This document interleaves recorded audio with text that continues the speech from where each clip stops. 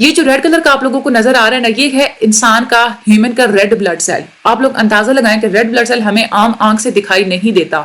یہ والا اگر اس کا سائز ہے تو یہ جو اسکرشیا کولائی جو بیکٹیریا ہوتا ہے جس کی میں نے آپ لوگوں کو اگزامپل دی تھی، یہ وہ والا جو ہے نا بیکٹیریا ہے. ٹھیک ہے، تو بیکٹیریا دیکھیں، ایک بیکٹیریا ہیومن کے ایک ریڈ بلڈ سیل سے بھی کتنا زیادہ چھوٹا ہے. ٹھیک ہے، اور اس کے مقابلے میں بیکٹیریوفیج کتنا زیادہ چھوٹا ہے کہ یہ یہاں پہ جو ای کولائی بیکٹیریا ہے وہ اس کے سامنے یہ بیکٹیریوفیج بہت ہی چھوٹا نظر آ رہا ہے. ٹھیک ہے، یہ اس طرح سے بیکٹیریا کے ساتھ آپ آ کے اپنے جو ہے نا وہ چپک جاتا ہے. ٹھیک ہے، اس کو ہم لوگ T4 بیکٹیریوفیج کا نام دے رہے ہیں اور اس کا جو سائز ہے 225 نینو میٹر جو ہے نا یہ یہاں پہ بتایا گیا ہے. اور یہاں پہ ایگزامپلس دی ہوئی ہیں کہ یہاں پہ آپ لوگ دیکھیں یہ جو اس کے بیکٹیریوفیج ہے نا، اس کا سائز پھر بھی تھوڑا بڑا ہے. جو ایڈینو وائرس ہے وہ اور بھی بہت ہی زیادہ یہ اسمال ہے، جس کی سپائکس بھی ہوتی ہیں. یہ یہاں پہ آپ لوگوں کو نظر آ رہا ہے. ٹھیک ہے، یہ ایڈینو وائرس ہے، اس کا سائز جو ہوتا ہے نا وہ 90 نینو میٹر ہوتا ہے. اور ٹوبیکو موزیک وائرس یہ جو لمبا ایک لینتھ میں پایا جاتا ہے، ہیلیکل ہوتا ہے، اس کا جو سائز ہے وہ 250 نینو میٹر ہے. تو یہ آپ لوگوں کی سائز کو دکھانے کے لیے یہ ڈائیگرام سے آپ لوگ اندازہ لگا سکتے ہیں کہ ہیومن ریڈ بلڈ سیل کے مقابلے میں ایک تو بیکٹیریا اتنا چھوٹا ہے اور بیکٹیریا کے مقابلے میں بیکٹیریوفیج کتنا زیادہ چھوٹا ہے. ٹھیک ہے، تو یہ اس کے سائز کی ہم لوگوں نے بات کی. آگے ہم لوگ بات کرتے ہیں کہ وائرسز جو ہیں وہ ہوسٹ سیل کے اندر کیسے اس کے ساتھ انٹریکٹ کیسے کرتے ہیں، انٹریکشن کیسے کرتے ہیں. ایک جو ویریون ہوتا ہے وہ ہوسٹ سیل کے اندر انفیکشن جو ہے نا وہ کریٹ کرتا ہے. ایک تو یہ ہے کہ ہوسٹ سیل کے اندر وہ ڈیزیز بھی جنریٹ کرے گا. ٹھیک ہے، بیماریاں ہوتی ہیں. دوسرا یہ کہ وہ ہوسٹ سیل کے ساتھ جینیٹک الٹریشن بھی بنا لیتا ہے. جینیٹیکلی اس کے ساتھ وہ کیا کرتا ہے کہ ڈی این اے جو ہے نا وہ ریپلیکیٹ ہوتا رہتا ہے. اچھا، یہاں پہ اگر ہم لوگ اس کی ڈیزیز کی بات کریں تو اس کا انفیکشن جو ہوتا ہے، زیادہ تر جو وائرسز پروڈیوس کرتے ہیں پروڈکٹیو انفیکشن ہم لوگ اس کو کہتے ہیں، یعنی کہ وائرس خود وہ انفیکشن پروڈیوس کرتے ہیں. تو دو طرح کی ہم لوگوں نے اس میں بات کی تھی کہ کیسے وہ انفیکشن کو جو ہے وہ کاز کرتے ہیں. ایک ہوتا ہے lysis of the cell, release of virions, یعنی کہ اپنا جو ویریونز جو ہوتے ہیں نا، یعنی کہ یہ اپنا جب انفیکشن کریٹ کر لیتے ہیں تو اس کے بعد سیل کا لائسس کرتے ہیں، یعنی کہ سیل کو توڑ دیتے ہیں. اور توڑنے کے بعد پھر وہاں سے جو ویریونز ہوتے ہیں، یعنی کہ جو بیکٹیریوفیج کی اپنی جو کاپیز ہوتی ہیں وہ اس سیل سے پھر ریلیز ہو جاتی ہیں اور جو ہوسٹ سیل ہوتا ہے وہ مر جاتا ہے. لیکن دوسری جو کنڈیشن ہوتی ہے لائزوجینک والی، اس میں کیا ہوتا ہے کہ ویریون لائسس کے بغیر ہی ریلیز ہوتے ہیں، یعنی کہ اس میں لائسس نہیں ہوتا، سیل کو وہ توڑتے نہیں ہیں، سیل کو وہ کل نہیں کرتے، ویسے ہی ریلیز ہوتے ہیں. اور یہ کیسے ہوتا ہے کہ جو ہوسٹ سیل جب بھی ملٹیپلائی ہوتا ہے اس کے ساتھ کنٹینیوسلی یہ والے جو ویریونز ہوتے ہیں یہ بھی ملٹیپلائی ہوتے رہتے ہیں.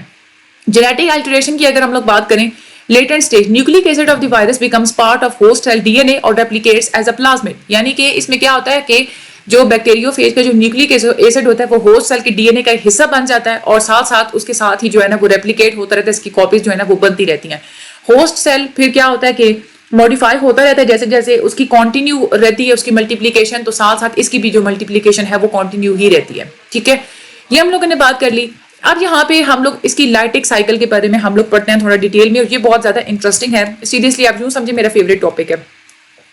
اس میں کیا ہوتا ہے یہ دیکھیں، سب سے پہلے یہ ایک بیکٹیریا ہے.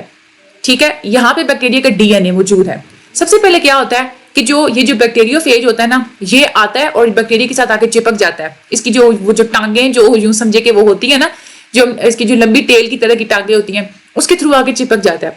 وہ چپکنے کے بعد پھر کیا کرتا ہے کہ یہ اپنا اس کا جو ہم نے پڑھا تھا نا کہ اس کی ایک پن کی طرح کے اسٹرکچر ہوتے ہیں چھوٹے چھوٹے، ان اسٹرکچرز کے ساتھ وہ بیکٹیریا کے سیل وال کے اندر تھوڑی سی پینیٹریشن کرتا ہے، یعنی کہ پورز بن جاتی ہیں اور یہ اپنا جو اس کے اندر جو ڈی این اے اور آر این اے موجود ہوتا ہے نا وہ ادھر بیکٹیریا کے اندر جو ہے نا وہ ڈال دیتا ہے. ٹھیک ہے، اس کے بعد پھر کیا ہوتا ہے کہ اس کا جو ڈی این اے اور آر این اے ادھر اندر آ چکا ہوتا ہے، تو پھر اس کے بعد یہ اپنا جو کیپسڈ ہوتا ہے جو پروٹین ہوتا ہے یہ بھی سیل کے اندر انٹر کر دیتا ہے. ٹھیک ہے، یہ فیج کی جو یہ آ جاتے ہیں ادھر پروٹینز اور ساتھ میں ادھر جو ہے نا وہ بیکٹیریا فیج کے ڈی این اے اور آر این اے وہ بھی آ گئے. ٹھیک ہے، اس کے بعد پھر کیا ہوتا ہے کہ ریپلیکیشن کیونکہ سیل کے اندر ہوتی رہتی ہے، تو ریپلیکیشن کے بعد اس کی ڈی این اے کی بھی بہت ساری کاپیز بنتی ہیں، آر این اے کی بہت ساری کاپیز بنتی ہیں، اور ادھر سے یہ جو اس کی جو پروٹین والا جو کیپسڈ ہوتا ہے نا اس کی بھی بہت ساری کاپیز بنتی ہیں. یعنی کہ یہ مختلف چیزیں سب کی یہ کاپیز وغیرہ بن جاتی ہیں. کاپیز وغیرہ بننے کے بعد پھر اسمبلی ہوتی ہے.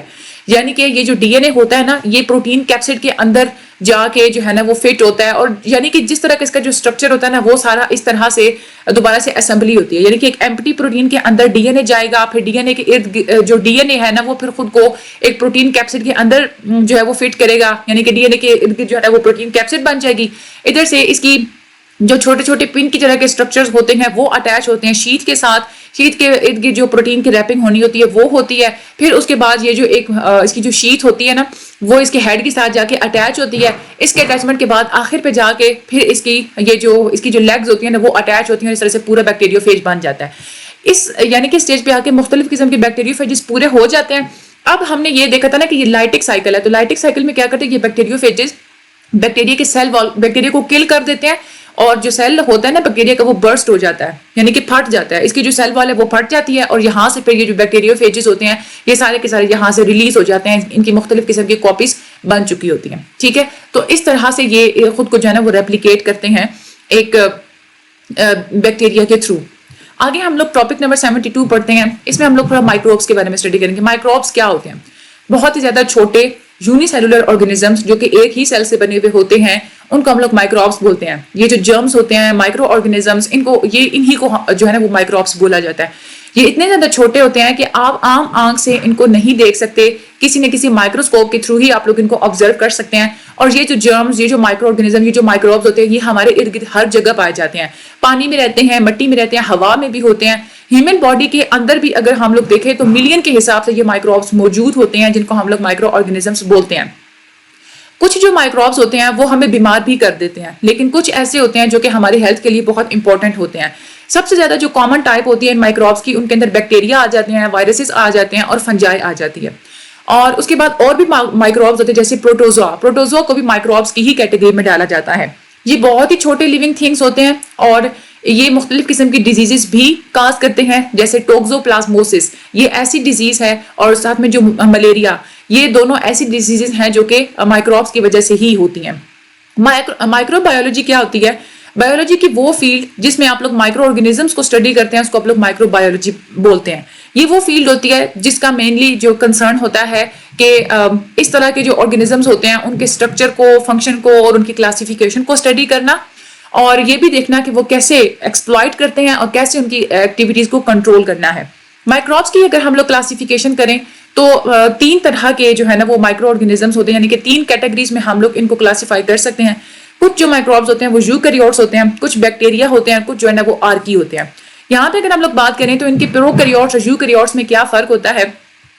پروکیریوٹس میں ہمیں یہ پتا ہے کہ نیوکلیس نہیں موجود ہوتا, لیکن یوکیریوٹس میں نیوکلیس موجود ہوتا ہے. سیل وال کی اگر بات کریں تو پروکیریوٹس میں سیل وال موجود ہوتی ہے, لیکن یوکیریوٹس میں پلانٹ اور جو فنگس وغیرہ ان کے اندر تو سیل وال موجود ہوتی ہے, لیکن اینیملز کے اندر سیل وال موجود نہیں ہوتی. سیل میمبرین کی بات کریں تو پروکیریوٹس کے اندر سیل میمبرین موجود ہوتی ہے, اور یوکیریوٹس میں بھی موجود ہوتی ہے. سائٹوپلازم اور رائبوزوم یہ بھی دونوں پروکیریوٹس میں بھی موجود ہوتے ہیں اور یوکیریوٹس میں بھی موجود ہوتے ہیں, لیکن جو میمبرین باؤنڈڈ آرگینیلز ہوتی ہیں وہ پروکیریوٹس کے اندر نہیں ہوتی بلکہ یوکیریوٹس کے اندر ہوتی ہیں. تو یہ ٹیبل آپ لوگوں نے اچھے طریقے سے یاد کر لینا. اس کے بعد ہم اب تھوڑا سا ادھر ایک ڈائیگرام دیکھیں گے جس میں ان دونوں میں ڈفرنس جو ہے نا وہ مین بتایا گیا ہے. یہاں پہ یہ ہماری ڈائیگرام ہے, میں اس کو تھوڑا زوم کر لیتی ہوں. ہاں یہ دیکھیں, اگر ہم لوگ پروکیریوٹ کی بات کریں نا تو یہ پروکیریوٹ ہے, یہ یوکیریوٹک سیل ہے. یہ ہم لوگ پہلے بھی کئی دفعہ ہم لوگ اس کو کر چکے ہیں, لیکن یہ ڈائیگرامس امپورٹنٹ ہیں, ان کی لیبلنگ آپ لوگوں کے پیپر میں آ سکتی ہے. سب سے پہلے اگر ہم لوگ یوکیریوٹ کی بات کریں, یہ درمیان میں یہ بڑا جو ہے نا یہ نیوکلیس ہوتا ہے, اور نیوکلیس کے اندر یہ جو ڈاٹ آپ لوگوں کو نظر آ رہا ہے یہ کیا ہوتا ہے؟ یہ نیوکلیولس ہوتا ہے. اور سیل کے اندر یہ جو چھوٹے چھوٹے آپ لوگوں کو ڈاٹس نظر آتے ہیں یہ رائبوسومس ہوتے ہیں. یہ جو ہے نا یہ اس کو ہم لوگ مائٹوکونڈریا بولتے ہیں. ٹھیک ہے, اور اس کے علاوہ یہ باقی جو اسٹرکچرز ہوتے ہیں نا یہ گولجی آپریٹرس ہوتا ہے, اور یہ جو ہے نا نیوکلیس کے ساتھ یہ انڈوپلازمک ریٹیکولم ہوتا ہے. اس کے بعد اگر ہم لوگ یہاں سے اس کی پروکیریوٹ کی بات کریں تو یہ اس کا نیوکلیائڈ ہوتا ہے. نیوکلیس کے اندر موجود نہیں ہوتا, صرف نیوکلیائڈ ریجن ہوتا ہے. اس کے بعد یہ جو ہے نا اس کے یہ ڈاٹس یہ رائبوسومس ہوتے ہیں. یہ جو پنک کلر کا ہمیں نظر آ رہا ہے یہ سائٹوپلازم ہے, اور اس کے اندر یہ جو بلیک کلر کی ایک ہمیں جھلی نظر آ رہی ہے یہ میمبرین ہوتی ہے. میمبرین کے بعد یہ جو براؤن کلر کا اسٹرکچر ہوتا ہے نا ارد گرد, اس کو ہم لوگ سیل وال بولتے ہیں. اور یہ اس کے باہر مزید جو ہلکا سا کلر آپ لوگوں کو نظر آ رہا ہے یہ ہوتا ہے کیپسول. ٹھیک ہے. اور یہ جو پروکیریوٹک سیل ہوتے ہیں ان کا یہ فلیجلا بھی ہوتا ہے یہ ٹیل کی طرح کا, اسی کی مدد سے یہ پھر موو آن کرتے ہیں. ٹھیک ہے, تو یہ تھا ہمارا آج کا ہمارا آج کا لیکچر. امید ہے آپ لوگوں کو اچھے طریقے سے سمجھ آیا ہوگا. چینل کو سبسکرائب کرنا مت بھولیے گا, مجھے بھی دعا میں یاد رکھیے گا. اللہ تعالیٰ آپ سب لوگوں کی مدد فرمائے. Thank you so much. And video کو آگے ضرور شیئر کیجیے گا, اینڈ اپنا بہت سارا خیال رکھیے گا. اللہ حافظ.